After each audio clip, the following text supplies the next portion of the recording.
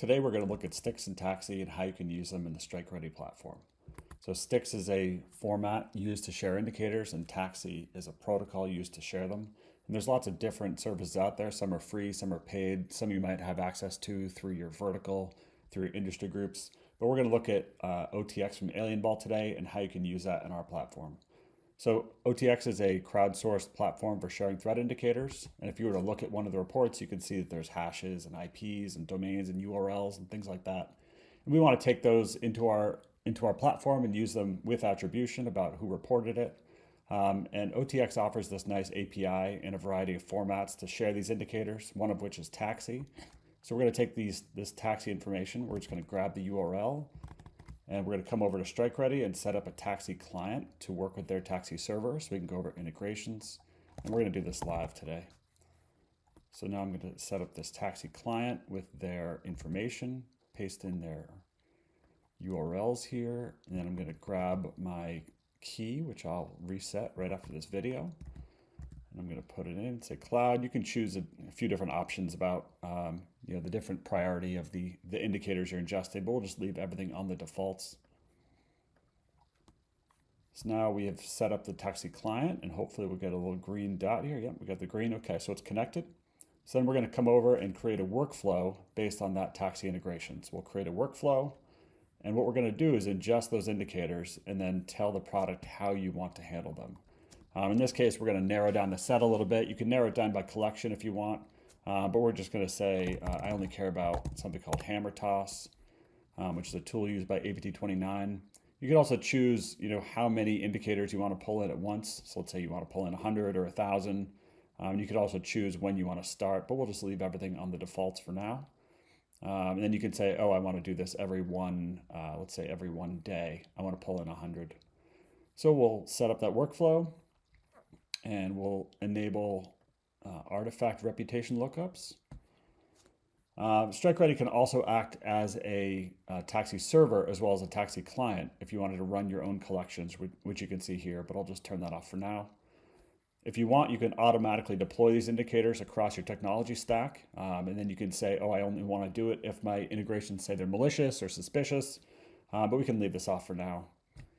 And when you do push out those rules, you can also do automatic retirement. So you could say, hey, push this out, but then after a day, delete it from my tools.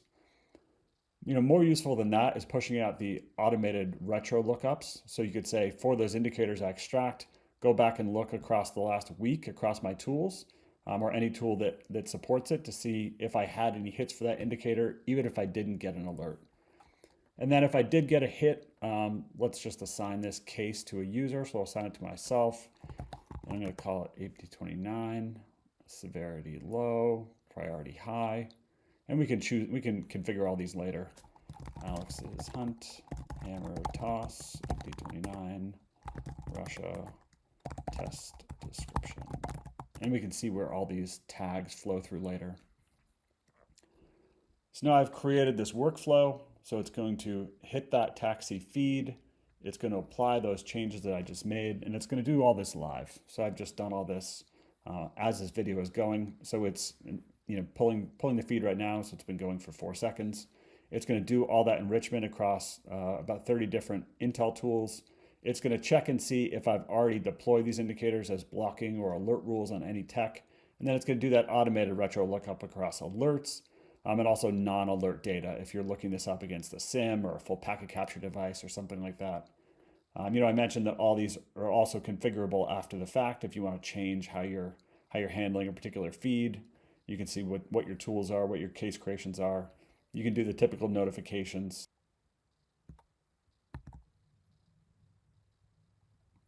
So it took 26 seconds, and now it has pulled out those indicators, pulled out 99 of them. There must have been one that was pre-configured to ignore, and then it's going to do that enrichment and check the deployments and do the retro lookups. So we can come over here to artifacts, and now you can see that we've extracted the domains and IPs and hashes and all those sorts of things, and also done cross correlations against those alerts to see where you have any hits. So I'll just come through here and I'll pick out the different artifacts that I might care about. In this case, I just want to look at objects. I'm going to quickly scan some of these things, and this one obviously sticks out. This has a variety of tags from different vendors about what the tool is.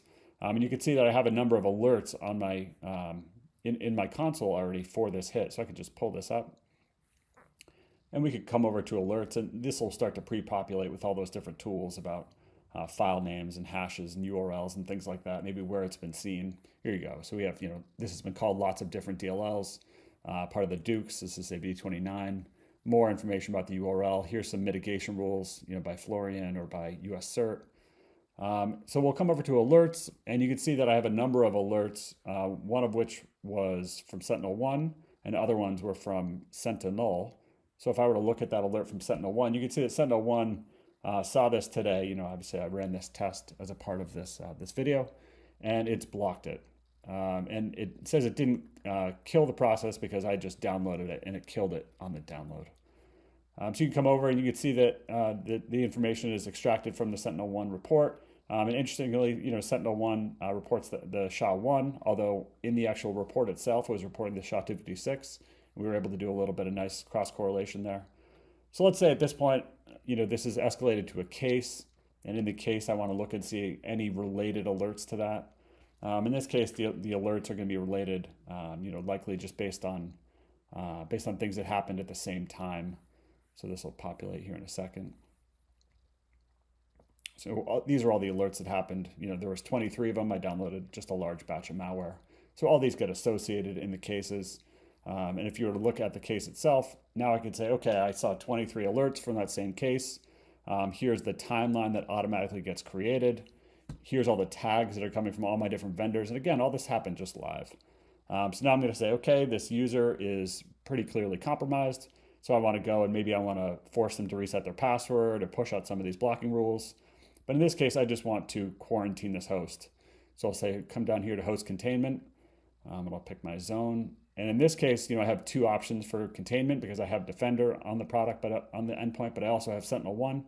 So I'll let Sentinel-1 do the work since they were the ones who got that detection.